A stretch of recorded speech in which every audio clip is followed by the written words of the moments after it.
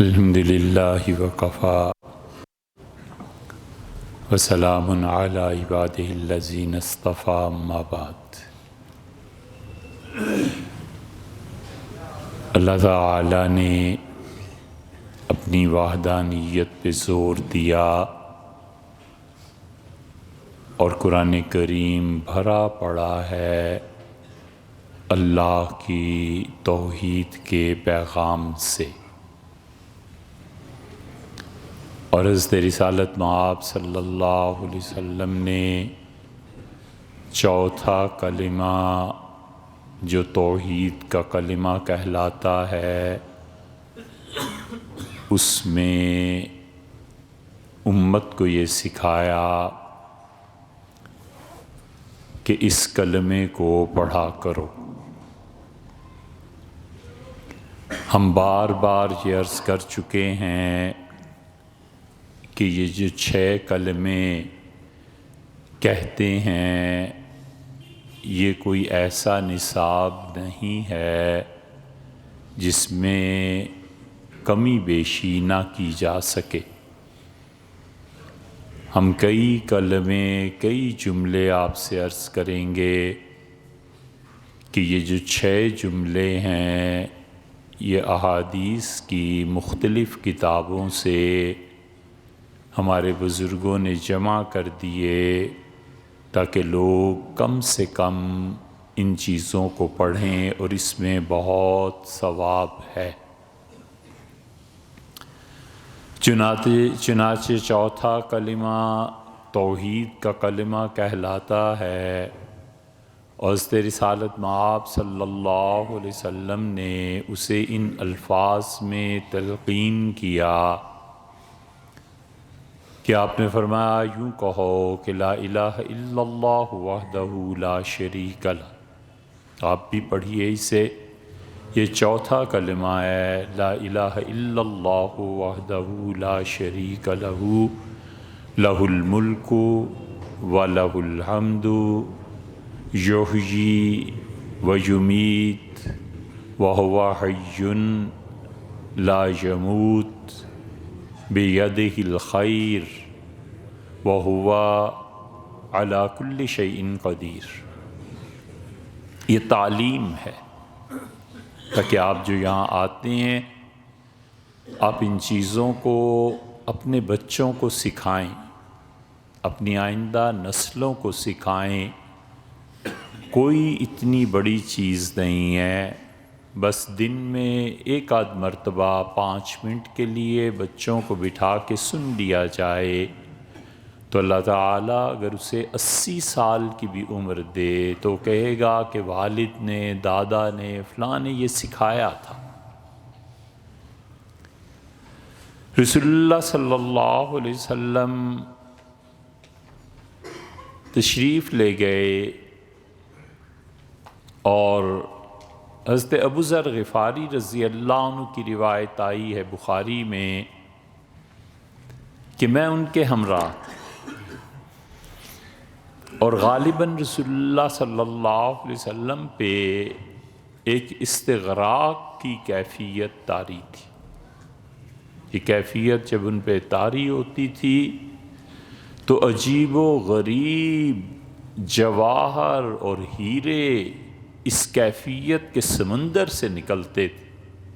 وہ طاری کبھی کبھی ہوتی تھی، لیکن اس استغراق کی کیفیت میں فرمایا کہ ابو ذر، انہوں نے عرض کیا جی، فرمایا یہ پہاڑ دیکھتے ہو، یہ کیا ہے؟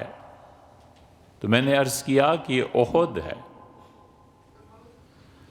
پھر خاموش ہو گئے، پھر فرمایا کتنا وقت باقی ہے؟ یا تو یہ فرمایا سورج کے ڈوبنے میں، اور یا یہ فرمایا رسول اللہ صلی اللہ علیہ وسلم نے کہ تمہارا اس کے متعلق کیا خیال؟ پھر خاموش ہو گئے، پھر تھوڑی دیر کے بعد کہا کہ ابو ذر، اگر یہ اتنا بڑا پہاڑ سونے کا بھی مل جائے نا مجھے، تو تم دیکھو گے کہ اللہ کی قسم ہے مجھ پہ، میں اسے 3 دن میں غریبوں پہ خرچ کر دوں گا، اور میں اپنے لیے کوئی مال اس میں سے نہیں رکھوں گا سوائے اس پیسے کے جو مجھے قرضے میں ادا کرنا ہو۔ اور بزرگ یاد رکھو، جنہیں دنیا میں مال بہت دیا گیا یہ تھوڑے ہی قیامت میں نجات پا سکیں گے، اور ان میں سے اکثر کی نجات نہیں ہوگی۔ پھر فرمایا کہ ابو ذر اگر یہ سونا مل جائے مجھے اتنا جتنا یہ احد پہاڑ ہے، تو یا تو رسول اللہ صلی اللہ علیہ وسلم نے 2 طرف اشارہ کیا، یہ ہے حدیث اور یہ ہے صحابہ رضی اللہ عنہ اور روات کا اہتمام کہ ایک ایک جز یاد رکھا۔ بعض روایات میں آتا ہے 2 طرف اشارہ کیا، اور فرمایا ابو ذر میں تو ایسے خرچ کروں اور ایسے خرچ کروں۔ یا پھر رسول اللہ صلی اللہ علیہ وسلم نے 3 مرتبہ اشارہ فرمایا کہ میں ایسے بھی دوں اور ایسے بھی دوں اور ایسے بھی دوں، اور یا رسول اللہ صلی اللہ علیہ وسلم نے 4 مرتبہ اشارہ کیا اور کہا کہ ابو ذر میں تو ایسے بھی دوں اور آگے بھی اور پیچھے بھی، جو بھی آئے میں اسے سونا ہی سونا دوں، اور میں انہیں اعلان کروں کہ اللہ کے بندو جنہیں غربت نے ستایا ہے اور مارا ہے، میرے پاس آؤ اور لے جاؤ جتنا مال میرے پاس۔ اور پھر فرمایا کہ ابو ذر اب تم یہاں ٹھہرو اور بالکل نہیں اٹھنا، میری طرف بالکل نہیں آنا۔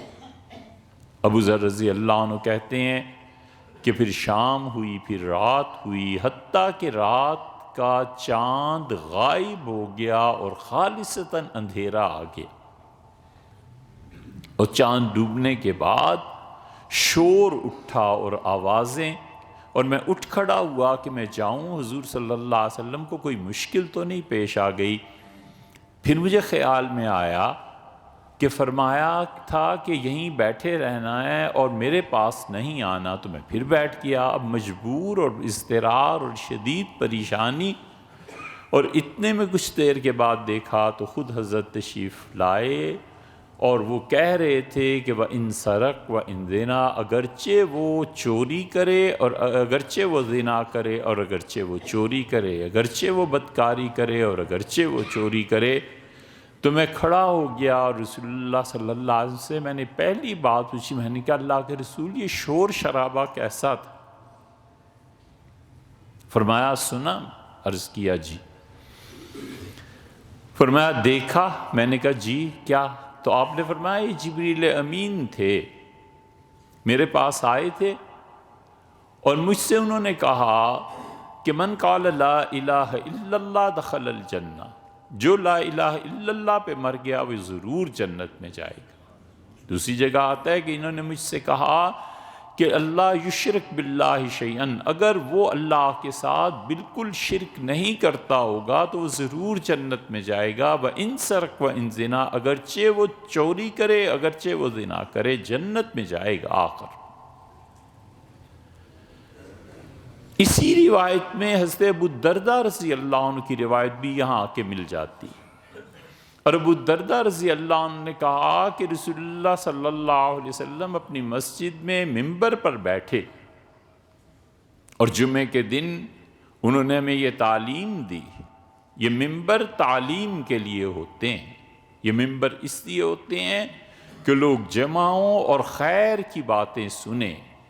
آنکھوں کا کام اللہ کی یاد میں رونا ہے، کانوں کا کام اللہ کے لیے اچھی باتیں اچھے پھولوں کی طرح جمع کرنی، اور زبان کا کام اللہ کو یاد کرنا ہے، اور ہاتھوں کا کام لوگوں کو پیسے دینا ہے، یہ بھی اللہ کی یاد ہے، اور پاؤں کا کام اللہ کی راہ میں چلنا ہے، اور دل کا کام اللہ کے ساتھ 2 چیزیں وابستہ رکھنا، اس پہ پورا بھروسہ کہ وہ میرا ہے اور میرا کام کرے گا، اور اس کے ساتھ امید کا تعلق اور خوف کا، اور اللہ کا خوف جس نیکی پہ غالب نہیں ہے وہ کچھ نہیں، بے نیاز ذات ہے، ایک لمحے میں کہہ دے ہم نہیں راضی، کیا ہو سکتا ہے؟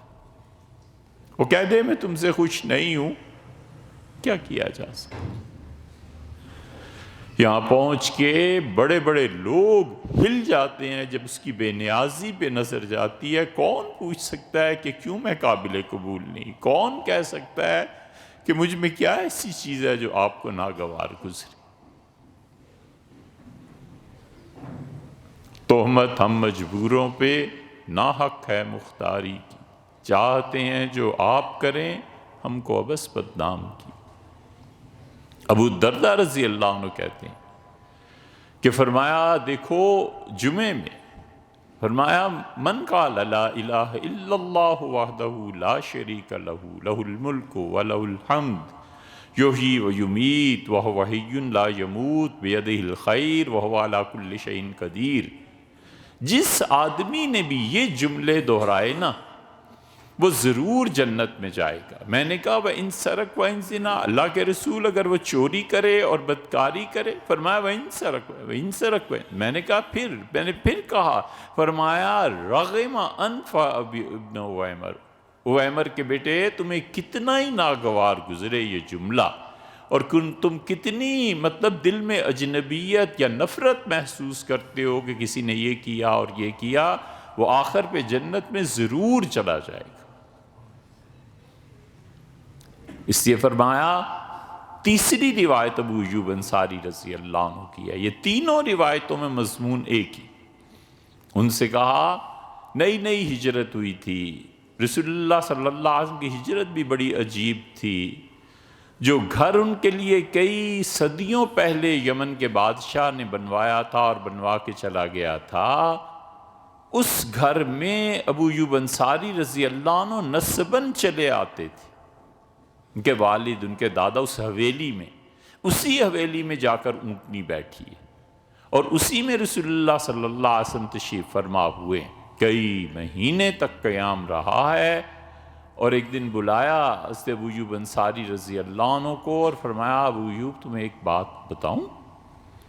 کہ اللہ کے رسول ضرور، ارشاد۔ فرمایا جب صبح کی نماز پڑھ لو تو اپنے گھٹنے سیدھے کرنے سے پہلے 10 مرتبہ یہ پڑھا کرو، لا الہ الا اللہ وحدہ لا شریک لہ لہ الملک ولہ الحمد یحیی ویمیت وہو حی لا یموت بیدہ الخیر وہو علی کل شیء قدیر۔ فرمایا 10 مرتبہ گھٹنے سیدھے کرنے سے پہلے، اپنی ہیئت تبدیل کرنے سے پہلے یہ پڑھا کرو، اور شام کو جب مغرب پڑھو تو مغرب کے بعد بھی یہ 10 مرتبہ پڑھ لیا کرو۔ اور آپ نے فرمایا تمہیں پتہ ہے اس سے کیا ہوگا؟ اور پھر فرمایا 10 گناہ اللہ تمہارے معاف کر دے گا، اور 10 نیکیاں یہ جو پڑھ رہے ہو اللہ تمہاری قبول کر لے گا، اور 10 غلام آزاد کرنے کا ثواب اللہ تمہیں دے گا، اور پھر جب تم صبح پڑھ لو گے تو اللہ شام تک حفاظت کرے گا، اور شام کو پڑھ لو گے تو صبح تک اللہ کی امان میں چلے جاؤ گے۔ ایک جگہ آتا ہے کہ آپ نے فرمایا پھر اس دن جب تم نے صبح پڑھ لیا تو مغرب تک، اور مغرب کو پڑھ لیا تو صبح تک آگ تمہیں تکلیف نہیں پہنچا سکے گی۔ بعض حضرات کا خیال ہے اس دنیا، اور بعض کا خیال ہے کہ مطلب یہ ہے کہ صبح شام جب بھی پڑھ لیا، اگلا وقت آنے تک اگر موت آ گئی تو جہنم کی آگ تمہارے لیے پھر نہیں۔ اس لیے جب اتنی چیزیں بڑوں نے دیکھی تو انہوں نے کہا یار اس جملے کو چنو، اپنے اولادوں کو سکھاؤ، بچوں کو بتاؤ۔ اب اتنی لمبی تقریریں کون کرے، بس بچے کو یہ سکھا دیا کہ بیٹے صبح کی نماز پڑھ کے 10 مرتبہ یہ پڑھنا ہے، اور مغرب کی نماز پڑھ کے بھی 10 مرتبہ یہ پڑھنا۔ یہ 4 5 سال کے بچے اور بچیاں اگر انہیں سکھا دیا جائے کہ بھئی صبح نماز پڑھنی ہے بیٹے، اور جب بھی پڑھنی ہے 10 مرتبہ یہ پڑھنا ہے، ادا کوئی پڑھتا ہے، قضا کوئی پڑھتا ہے، وقت پہ اٹھتا ہے نہیں اٹھتا، مگر یہ چوتھا کلمہ یہ تم نے ضرور پڑھنا ہے۔ اس کے ساتھ پھر یہ آیا ہے حضرت ابو ایوب انصاری رضی اللہ عنہ کی، ابو الدرداء کی روایت میں، پھر یہ تیسری جگہ آ گیا ہے وہاں حضرت ابو ذر غفاری رضی اللہ عنہ کی، ابو ایوب انصاری اور ابو الدرداء، تینوں میں یہ آیا ہے کہ رسول اللہ صلی اللہ علیہ وسلم فرمایا اتنا اور اتنا تمہیں ثواب ملے گا، اور تم اللہ کی امان اور اللہ کی پناہ میں چلے جاؤ گے۔ اللہ کی وحدانیت بھری ہوئی ہے اس میں۔ بیدہ الخیر، اللہ ہے خیر کا مالک۔ یہاں پہنچ کے ایک مسئلہ علم کلام کا اٹھتا ہے۔ یہ اضافہ اس روایت میں آیا جو ابراہیم نخعی رحمۃ اللہ علیہ کی روایت ہے، اور یہ کہ خیر کا مالک اگر اللہ ہے تو کیا شر کا بھی مالک اللہ ہے؟ اور اس کا جواب بھی یہی ہے کہ یقیناً خیر اور شر دونوں کا مالک اللہ ہے۔ والخیر والشر قدرہ من اللہ تعالی، اور شر اور خیر دونوں اللہ کی جانب سے تقدیر میں طے شدہ ہے۔ وہ جسے ہم شر سمجھتے ہیں اور کسی کے لیے ممکن ہے خیر ہو، اور جسے ہم خیر سمجھتے ہیں ممکن ہے کسی اور کے لیے شر ہو۔ یہ ساری چیزیں اس نے بڑے سوچ سمجھ کر طے کی ہیں۔ اللہ کی ذات میں شرک یہ شاید ہی کوئی بے وقوف کرتا ہو۔ یہ ایرانی تھے، دو خدا مانتے تھے، ایک اہرمن اور ایک یزداں۔ فارسی اور اردو شاعری بھری پڑی۔ جب عربوں نے ایرانیوں کو شکست دی اور پورا ایران انہوں نے بالکل سمیٹ کے رکھ دیا اور مسلمانوں نے اسے فتح کر لیا، ایرانیوں نے اپنا انتقام پھر جن طریقوں سے لیا ان میں سے ایک شاعری تھی۔ نتیجہ یہ کہ شاعری میں ان کے ہاں اہرمن اور یزداں یہ دونوں خدا پائے جاتے ہیں۔ پھر اس کا اثر فارسی کا جب ہندوستان پہ پڑا تو یہاں بھی یزداں خدا کے لیے استعمال ہونے لگا۔ مختلف جگہ ممکن ہے اردو ادب میں بھی آپ نے پڑھا ہو، یہ اہرمن اور یزداں یہ دو خدا مانتے تھے۔ اسی لیے اللہ نے ان کے رد میں قرآن میں کہا کہ لا تتخذوا الہین اثنین، لوگوں دو خداؤں کو مت ماننا۔ اور باقی اقوام کو، خود انہیں بھی، جہاں سے شرک کا آغاز ہوتا ہے وہ اللہ کی ذات کا مسئلہ نہیں ہوتا، 99% نہیں ہوتا۔ کون کہتا ہے اللہ جیسا دوسرا ہے؟ کوئی بھی نہیں۔ شرک ہوتا ہے اللہ کی صفات میں، اللہ قدرت رکھتا ہے اور فلاں بھی قدرت رکھتا ہے، اللہ کو ہمارے حالات کا علم ہے اور فلاں کو بھی ہمارے حالات کا علم ہے۔ اللہ تعالیٰ دعائیں سنتا ہے اور میں کسی بزرگ کو پکاروں تو وہ بھی سنتے ہیں۔ اللہ میرے حالات کو جانتا ہے، وہ بھی جانتے ہیں۔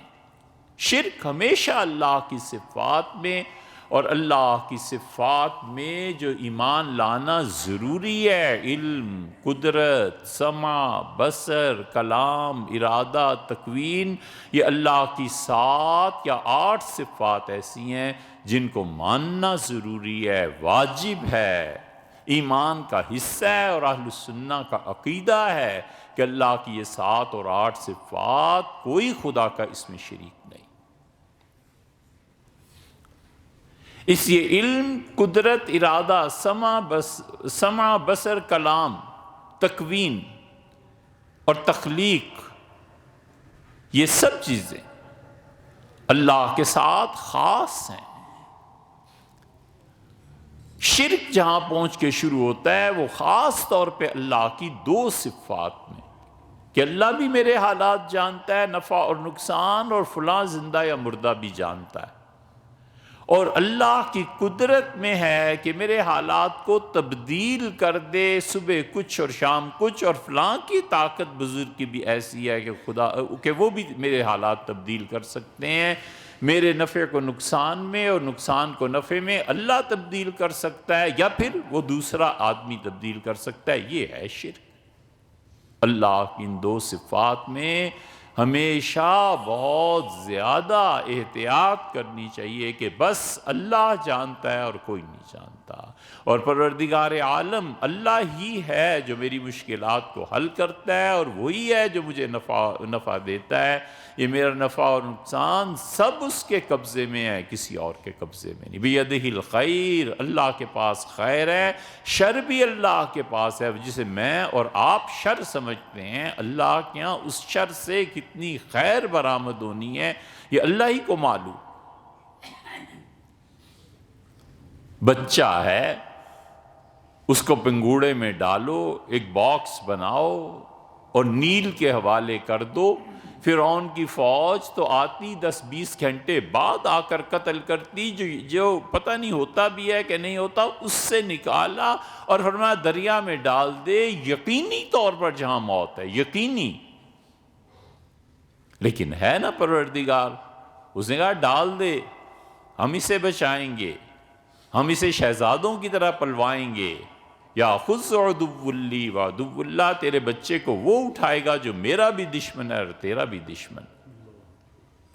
جہاں موت یقینی ہے، فرمایا یہ کیا دریا کیا اور فرعون کی فوجیں کیا، ہمارے لیے کیا فرق پڑتا ہے، ہم نے بچے کو بچانا ہے، بس بات ختم ہوئی۔ یا خذ عدو لی وعدو اللہ۔ اللہ فرماتے ہیں رات اس نے ڈال تو دیا، فاصبح فؤاد موسیٰ فارغا، جب صبح ہوئی نا تو موسیٰ علیہ السلام کی ماں کا دل شدید بے قرار ہو گیا۔ محبتیں ایسے ہی ہوتی ہیں، جس سے محبت ہو جائے نا، یہ محبت ایسا نشہ ہے کہ آدمی کو کل دنیا سے غافل کر دیتا ہے، اپنی ذات سے غافل کر دیتا ہے۔ یہ محبت جس آدمی نے نہیں کی نا، وہ سمجھ ہی نہیں سکتا یہ چیز کیا۔ عورت سے محبت، دولت سے محبت، بچوں سے محبت، محبت ہر آدمی میں ہے۔ مورد کیا ہے محبت، جا کے ٹکرائی کہاں ہے دیکھنا یہ ہے۔ اور جس کو محبت جس چیز سے ہوتی ہے نا، وہ اسے دیوانہ کر دیتی ہے۔ اللہ فرماتے ہیں کہ وہ تو اتنی بے قرار ہو گئی اس کی ماں، وَإِنْ قَادَتْ لَتُبْدِئُ بِهِ، معاملہ اس حد تک پہنچ گیا کہ وہ جا کر رو دیتی، کچھ کہہ دیتی اور سارا معاملہ ختم ہو جاتا، پتہ چل جاتا فرعون کو کہ یہ کون بچہ ہے۔ لولا اربتنا علی قلب، اگر ہم اس کا دل اپنی مٹھی میں بند نہ کر لیتے۔ یہ تو ماں بے قرار ہو کے سب کچھ بتانے کو تیار تھی، ہم نے اس کا دل پکڑ لیا، ہم نے کہا کہ نہیں ایسے نہیں ہے، اس بچے کو بھی ہم بتائیں گے۔ اور پھر فرجعنا امہا، اس کی ماں کو اسی محل میں پہنچا دیا تھا کہ اسے دودھ پلائے۔ یہ سب اللہ کی طرف سے ہے، جو شر سمجھا ہوا تھا کوئی، اللہ نے اسے خیر میں تبدیل کر دیا۔ اس تقدیر کے خیر اور شر پہ ایک بہت پیچیدہ تقریر ہم نے کسی وقت کی تھی، اگر آپ چاہیں تو اسے سن لیں، نہ چاہو تو کچھ بھی نہیں۔ اللہ فرماتے ہیں بیدہ الخیر، اللہ کے ہاتھ میں خیر ہے۔ شر کیوں نہیں کہا؟ ادب ہے، یہ سیکھنا چاہیے۔ بے ادب محروم گشت از فضل رب، بے ادب آدمی اللہ کے فضل سے محروم ہو جاتا ہے۔ بات 100% صحیح ہے، لیکن پتھر مارنا ضروری ہے؟ بات 100% صحیح ہے، بولنے کا انداز اور الفاظ کا انتخاب دونوں ضروری ہیں، کہ بولنا کس لہجے میں ہے، آگے کون ہے، اس سے کیا بات کہنی ہے، اور الفاظ کا انتخاب بھی ضروری ہے۔ بچے کو تو کہا جا سکتا ہے کوئی بھی جملہ، لیکن کیا وہی جملہ باپ کو بھی کہنا؟ دوست کو تو کہہ سکتا ہے کہ تم نے مجھے یہ کہا، تھپڑ بھی مارتا ہے، لڑتا بھی ہے، جا کر یہ تھوڑا ہی کہے گا ماں سے کہ وہ دوست یہ کہہ رہا تھا، یہ گالی اس نے دی تھی۔ یہ ساری دنیا میں رائج۔ اس لیے ہم شر کی نسبت اللہ کی طرف نہیں کرتے، خدا کے ادب اور احترام کی وجہ سے۔ اللہ کا ادب ضروری ہے، اللہ کا احترام ضروری ہے۔ ہر وہ چیز جس کا تعلق اللہ سے بنتا ہے نا، اس کا ادب ضروری ہے۔ بس ایک اصول کی بات، گناہگار آدمی مسجد کے قریب سے گزرتا ہے اور آپ مشاہدہ کریں، ہم لوگ مشاہدہ نہیں کرتے، غور سے دیکھو اور نتیجے اخذ کرو۔ زندگی بڑی سنجیدہ ہے، زندگی پہم اور مسلسل ہے، اللہ کا شکر ہے اس کے بعد موت ہے، اور موت کے بعد راحتیں ہیں، اور موت کے بعد وادیاں ہیں، اور موت کے بعد وہ انجام ہے کہ بعض بچے ہوتے ہیں خود بخود پڑھتے ہیں، اور بعض بچے سزا کے بغیر نہیں پڑھتے، نہیں یاد کرتے۔ وہاں سزا ملے گی کہ مجھے یاد کرو، اس سزا میں جب جائے گا نا تو پھر کہے گا کہ اے مالک مہربانی ہو، اے مالک یہ آگ دور کر دے، اے اللہ یہ کر دے، یہ کر دے۔ اب یاد تو اللہ کو کیا، لیکن سزا میں نا اچھا بچہ وہ جو بغیر سزا کے ہی سبق پڑھ لیتا ہے۔ یہ ہے جنت اور جہنم۔ مثنوی میں مولانا روم نے اس پہ بہت اچھا لکھا، مگر بھیا ہم مثنوی کیوں پڑھیں، ہم اس پہ پیسے تھوڑے ہی ملتے ہیں، ہمیں تو وہ چیز پڑھنی ہے جس پہ پیسے ملیں۔ اس لیے اللہ کو یاد کرے گا سزا کے دوران اور اس کے بعد، اور اچھا آدمی وہ سزا کے علاوہ بھی اللہ کو یاد کرتا ہے۔ یہ وہ چیز ہے جو اللہ بتاتا ہے کہ یاد کرو مجھے ادب کے ساتھ، احترام کے ساتھ، ہر وہ چیز جو اللہ کی طرف اس کی نسبت ہے، ادب ضروری۔ ایک آدمی جاتا ہے، آپ مشاہدہ کریں اس کی چال کا، اس کے جانے کا، اور سگریٹ پی رہا ہے، مسجد کو دیکھ کے وہ گناہگار شخص ہم جیسا سگریٹ کو جھکا دیتا ہے، سگریٹ کو ہتھیلی کی طرف موڑ لیتا ہے۔ جب مسجد پہ نگاہ پڑتی ہے، یہ معمولی سی چیز ہے، اس کا پروردگار جانتا ہے کہ مسجد کا ادب اس نے کیا ہے، احترام کیا ہے۔ صحیح بخاری میں آتا ہے، فرشتوں کو حکم ہوتا ہے اس آدمی کے لیے نجات، مغفرت، نیکی لکھو۔ کہتے ہیں اللہ اس سے کچھ نہیں کیا۔ اللہ کہتا ہے ہم انسانوں کا، یعنی اس کا مفہوم ہے، اللہ تعالیٰ بتاتا ہے کہ ہم انسانوں کا اس حد تک احترام کرتے ہیں کہ اس نے دل میں ارادہ کیا تھا ایک گناہ کا، ثم ترکتہ من اجلی، پھر اس نے اس گناہ کو میری وجہ سے چھوڑ دیا، تو جو میری وجہ سے چھوڑا ہے، مجھ سے حیا کر رہا ہے، میں اس کا احسان، اس کا بدلہ ضرور دوں گا، لکھو میرے بندے نے بہت اچھا کام کیا۔ اس لیے ہمیشہ ادب کرتا رہے، احترام کرتا رہے ان چیزوں کا جن کی نسبت، اللہ کہتا ہے وَلَا آمِنَ الْبَيْتَ الْحَرَامِ، جو بیت اللہ کے لیے آتے ہیں، وَلَا الْقَلَائِدِ، اور جو بیت اللہ میں جانور لاتے ہیں، اس جانور کے گلے میں جوتی لٹکی ہوئی ہے، اس کا بھی احترام کرنا، یہ میرے مہمان ہیں۔